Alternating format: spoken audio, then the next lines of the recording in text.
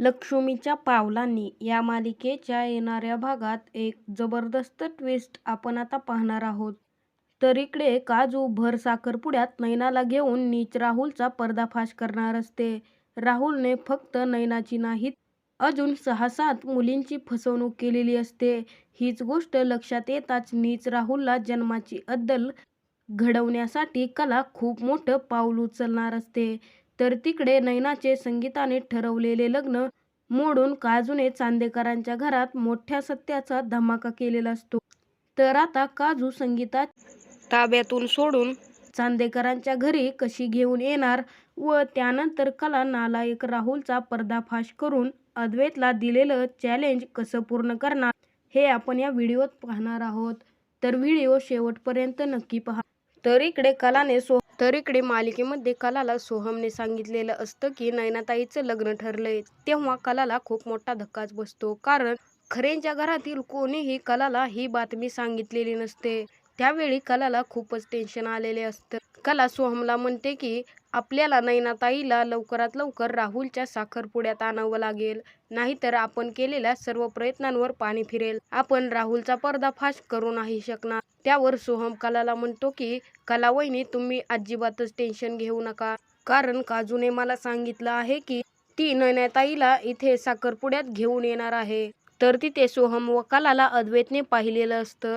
तर तिकडे संगीताने नैनाला दरवाजा बंद करून आत कोंडलेलं असतं आणि स्वतः एका मुलासोबत नैनाचं लग्न ठरवलेलं असतं. इतक्यातच तिथे काजू खूप सारी शॉपिंग करून घेऊन आलेली असते. काजू संगीताला म्हणते की मला थोडा वेळ नैनाताईला बोलायचं आहे. त्यावर संगीता म्हणते नैनाला भेटायला कोणीही जायचं नाही. मी तिला खोलीत बंद करून ठेवलेलं आहे. ती आता बाहेर येईल, ते फक्त तिच्या लग्नाच्या दिवशी. त्यावर काजू म्हणते की मी कोणीही आहे का? मी तर नैनाताईची छोटी बहीण आहे. मला असं वाटतं की नैनाताईला तयार होण्यामध्ये मी तिची मदत करावी. त्यावरती संगीता काजूला म्हणते की तू आणि तिला मदत करणार? स्वतःचं मेकअप नीट करायला कधी आलंय का तुला? तू जर नैनीला घराबाहेर काढलंस किंवा खोली बाहेर काढलं तर तुझी खैर नाही, आणि ती जर तुझ्यामुळे बाहेर आली ना तर तुझे दोन्ही पाय मी मोडून टाकीन. इतक्यातच दिनकर येतो व पाहुणे मंडळी आले असल्याचं सांगतो. त्यांच्या स्वागतासाठी संगीता तेथून निघून जाते.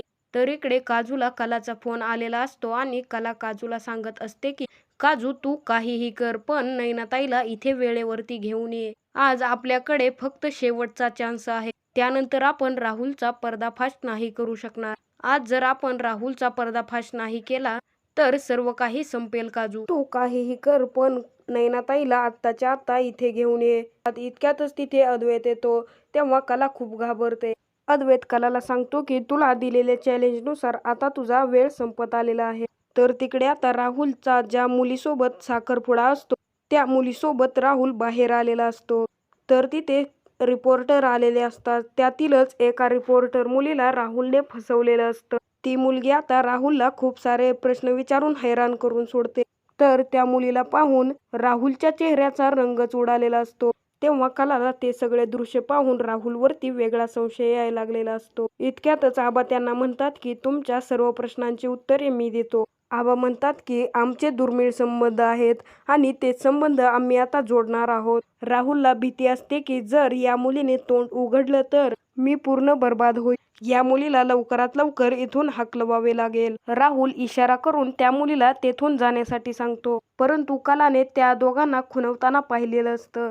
तर इकडे खोलीमध्ये नैना रडत असते आणि नैना पूर्णपणे कोलमडून गेलेली असते, कारण नैनाने राहुलच्या लग्नाची पत्रिका पाहिलेली असते. इतक्यातच काजू तिच्या समोर येते आणि तिला म्हणते की अजूनही वेळ संपलेली नाही ताई. तेव्हा नैना काजूला रागाने विचारते की तू आत कशी काय आलीस? तेव्हा काजू म्हणते की मी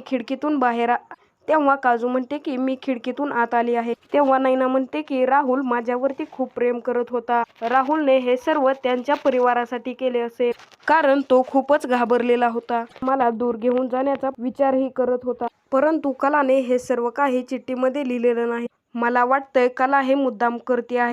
त्यावर काजू चिडूनच नैनाताईला म्हणते की अगं नैनाताई, तू जर माझी मोठी बहीण नसली असतीस ना तर मी आत्ताच्या आत्ता तुझं थोबाड फोडलंस. तू कलाताईवरती आरोप करते आहेस. कलाताईने तुझ्या चुकीची शिक्षा तिथेच चांदेकरांच्या घरी भोगत आहे. अगं ती तर तुझी लहान बहीण आहे, ती तुझ्या बाबतीत असा चुकीचा निर्णय कसा काय घेऊ शकेल? तू लगेचच त्या राहुलच्या फसव्या बोलण्यामध्येच कसं काय येतेस? आणि हा आजचा शेवटचा दिवस आहे आणि आपला शेवटचा चान्स सुद्धा. जर तुला असं वाटत असेल की राहुल तुझी फसवणूक करत नाही, त्याचं तुझ्यावर प्रेम आहे, तर तुला हिम्मत करावी लागेल आणि तू माझ्यासोबत येते आहे. आज तुझ्याकडे शेवटचा चान्स आहे. तू माझ्यासोबत चल आणि स्वतःच्या डोळ्याने बघ की तो राहुल कसा आहे. तर नैना पूर्णपणे हजबज झालेली असते. त्यावर काजू तिला म्हणते की आता शांत बसण्याची वेळ नाहीये नैनाताई, आज तुला हिम्मत दाखवावीच लागेल. त्यावरती नैना म्हणते की मागच्या वेळी मी निघून जाऊन खूप मोठी चूक केली. मी माझ्या आई वडिलांची इज्जत आता पुन्हा एकदा घालवू नाही शकत. तेव्हा काजू नैनाला म्हणते की तू अजिबात हिम्मत हारू नको. तुझ्या या 2 बहिणी तुझ्या सोबत आहेत. तर आता इकडे चांदेकरांच्या घरी ती रिपोर्टर एकटीच रडत बसलेली असते. तेव्हा राहुल तो साखरपुडा सोडतो आणि लपून छपून त्या रिपोर्टरकडे येतो. तेव्हा ती रिपोर्टर राहुलला म्हणायला लागते की राहुल, तू तर माझी खूप मोठी फसवणूक केली आहे. तू माझ्यासोबत लग्नाची खूप सारी स्वप्न बघितली आणि ती स्वप्न आता तू अधुरी करतो आहे. तू मला खूप मोठा धोका दिला आहे. तेव्हा राहुल आता उगाचच नाटक कर आणि त्या रिपोर्टरला म्हणतो की तू मला मगाशी प्रश्न विचारला होतास, तू हे सर्व काही फॅमिली प्रेशरमध्ये येऊन तर करत नाहीस. तर खरंच असं आहे, माझ्या घरच्यांनी माझ्यावरती खूप बळजबरी केली म्हणून मी हे लग्न करत आहे. त्यावर ती रिपोर्टर खूप चिडलेली असते आणि ती राहुलला म्हणते, तू आता उगाचच गोष्टी फिरवू नकोस.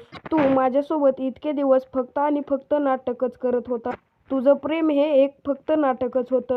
तू आता स्वतःची संधी साधलीस आणि आज मला असं कुठंतरी दूर फेकून दिलं. तर राहुल व ती रिपोर्टर बोलत असताना तिथे कला आलेली असते आणि कला त्या दोघांचं बोलणं ऐकत असते. कलाला खूप मोठा धक्काच बसतो. तेव्हा राहुल पुन्हा एकदा नाटक करतो आणि त्या मुलीला घोळात घेऊन म्हणतो की माझं फक्त आणि फक्त तुझ्यावरतीच प्रेम आहे. मला माहिती आहे की तुझ्या जागी जर दुसरी कुठली मुलगी असली असती तर तिने हाच विचार केला असता, परंतु तू आता माझी सिच्युएशन समजून घे ना. त्यावर स्वतःच्या मनाशी म्हणते की या राहुलचा पर्दाफाश मला आत्ताच्या आत्ता करावा लागेल. राहुलने फक्त नैनाताईलाच नव्हे तर अजून किती मुलींची फसवणूक केली आहे माहिती नाही.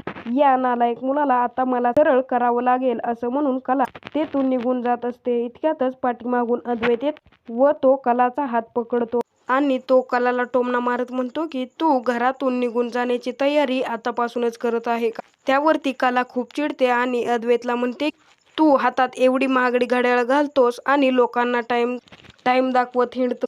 त्याच्याऐवजी तू कधीतरी घड्याळात टाइम पाहत जा, कारण मला आता तुला हे दाखवून द्यावं नाही लागणार की तू दिलेल्या चॅलेंजनुसार माझ्याकडे आणखीन खूप वेळ आहे.